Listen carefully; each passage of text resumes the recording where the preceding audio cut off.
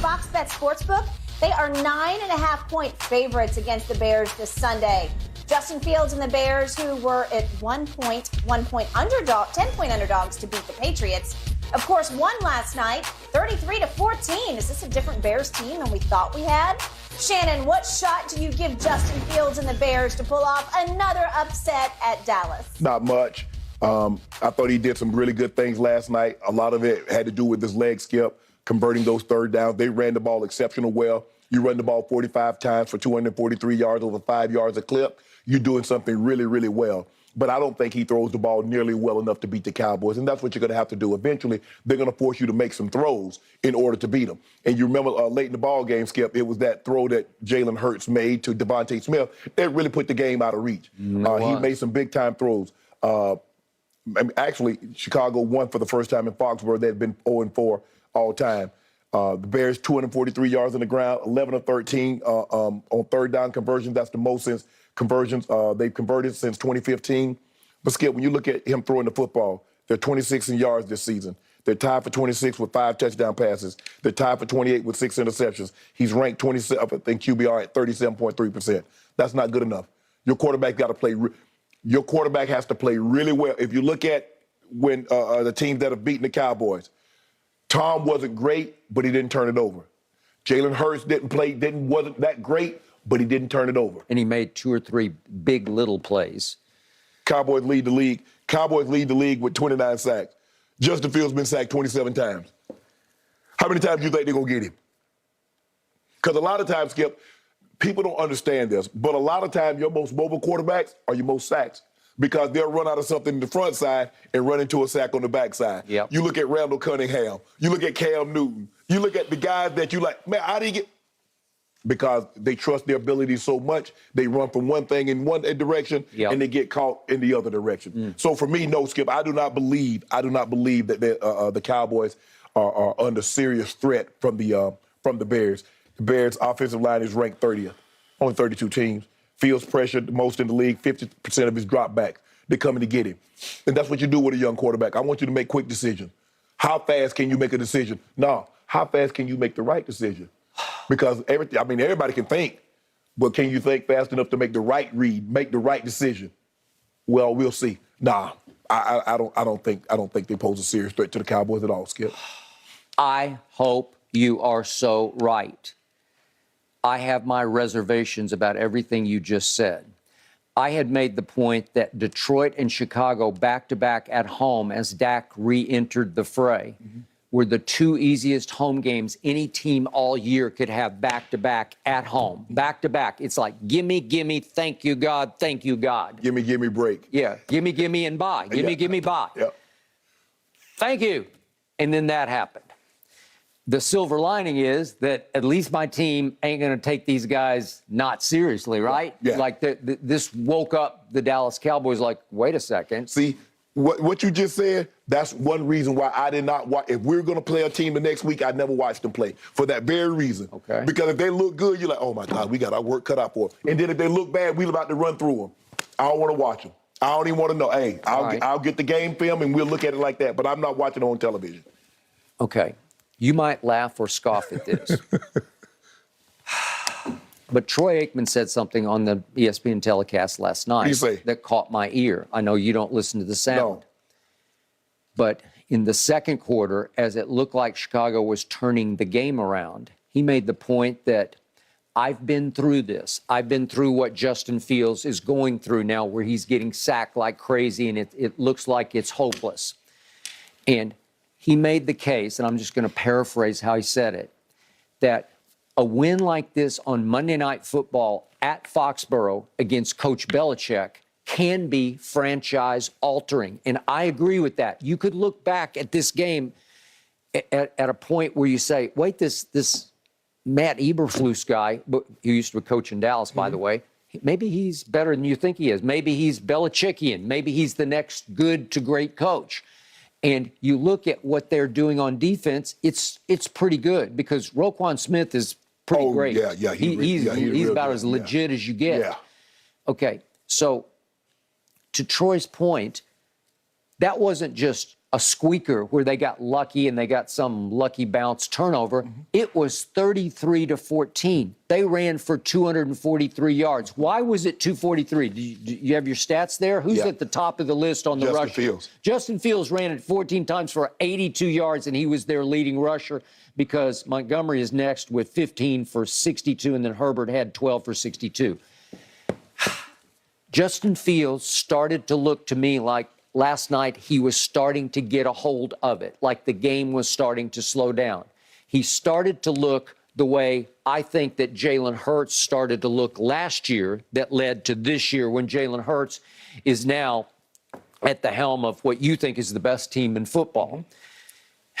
So it scares me that they had a breakthrough. You can argue, oh, well, now they got to, last night they had to fly back late to Chicago, and now they got to fly to Dallas on Saturday on a short week. Sometimes when you create that kind of momentum, it's just easy to pack it and put it on the plane, and let's just keep it right on the plane and don't even unpack it, and let's take it down to Dallas with us because we're hot. Okay, I'm going to show you some plays, and you know what these are, but I just want to drive home the point to our viewers of what Justin Fields was doing to Bill Belichick last night, because it started late in the first half, and the first one is a 3rd and 5 run. It's 3rd and 5 at the New England 34.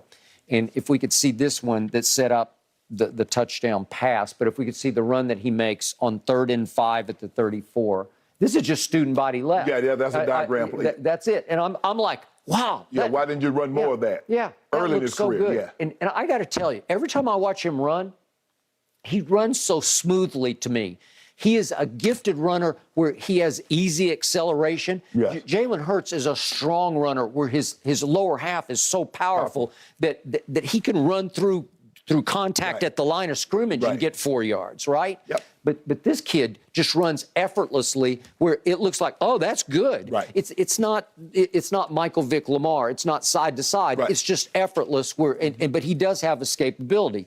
Okay, so now let's look at the play that he makes to Herbert, the pass to Herbert. This is with 2 minutes left in the half, the 25-yarder for a touchdown.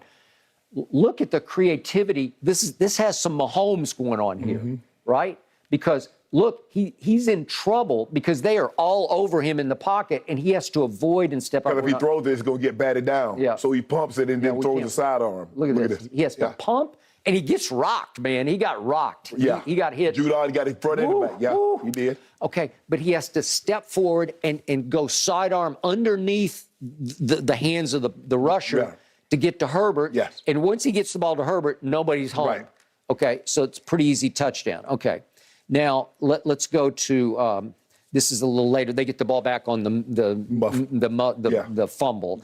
So now it's 3rd and 14 at the 41. This is 41 seconds left in the first half. And let's see the scramble that he pulls off here, if we could. Yeah. It's over now. Oh, okay. All right. Okay. Whew. That's 3rd and 14, and he gets 20 yards and gives them a late field goal. Yep. So they score 10 quick points at the end of the half, and it's because of him, right? Yep. Okay, that looks good to me because he showed some escapability, and he stands strong in the pocket, and he's taken has anybody taken any more punishment early in his career than this? He's been sacked 27 times now. Okay, now, is he getting better as a thrower? Debatable, but let's see what happened with 7:28 left in the third quarter. This is a 3rd and 7. Where I'm showing you, these are all third down plays. 3rd and 7 at their 25-yard line. This is up the sideline to Kmet. Watch this one. I think he's sacked. No. I think he's in trouble. No. And he back shoulders Kmet up the sideline. I'm telling you, that's pretty great. That's showing me some presence. You're rolling the wrong way. You have to throw it across your body on the move to the left.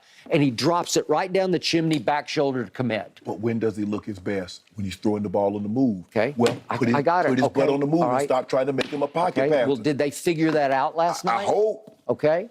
Are they going to run some more student body lefts and rights? They should. Okay. Because my fear of my defense, as much as I love Micah, 11 from heaven, my fear is that the only way to neutralize him is just to run at him. The only way to have any success against my defense is to stay out of 3rd and 7s and 3rd and 12s, or you're going to fail. You're asking for trouble. You're asking for big trouble because they're going to come from all angles at you, and you're not going to be able to escape. No. But if you keep banging away, at their midsection or running at Micah, just make him make choices like, God, what do I do here? He still doesn't have quite the body he's got. He's still 23 years old. Okay, wait until he gets to 26 and 27. Watch what starts happening when he goes grown man on you. Well, if you run, listen, Belichick doesn't give up 243 yards rushing at home. He just doesn't do it, right? Because he's a guy that's always prided himself knowing that you got to stop the run to have any chance to beat a team. Okay. And they ran the ball at will. Whew. So that was scary to me because that's the formula for at least bothering my defense, is to run it at them with a mobile quarterback who can at least escape some of it or hurt them by running at Micah with some kind of option play, or just run at Micah. Just do your student body right and see if Micah can hold the edge, man. Can you take the beating on the edge from the pulling guard? You know, that's what you have to deal with. Right. Okay, so in the end, they're much more dangerous than I thought they were going to be. I did not see this coming. I got the Cowboys by 10. Do you? Well, it was a 10-point spread. I think it fell to 9-5, and I will bet you that as the week wears on, I bet it'll go down to 9, then it'll go to 8-5. I'll bet it'll end somewhere around 8 because people are going to say, wait a second. Yeah, because people are going to say, well, you know, I did see the Bears last night, so let me go ahead and jump on the Bears. Yeah, they'll jump on the Bears bandwagon and it'll bring it down. I didn't see enough last night to convince me they can beat the Cowboys. Well, then you must have no respect for Belichick's team. No, well, I don't know what they did last night, Skip. That defense, the offense, after those 2 quick strikes, the offense left a lot to be desired. It did. Yeah. But their defense, ooh. Skip, that line is now indeed 9.5, but I also think you are going to be guilty of reverse jinxing this week if I had to make a prediction.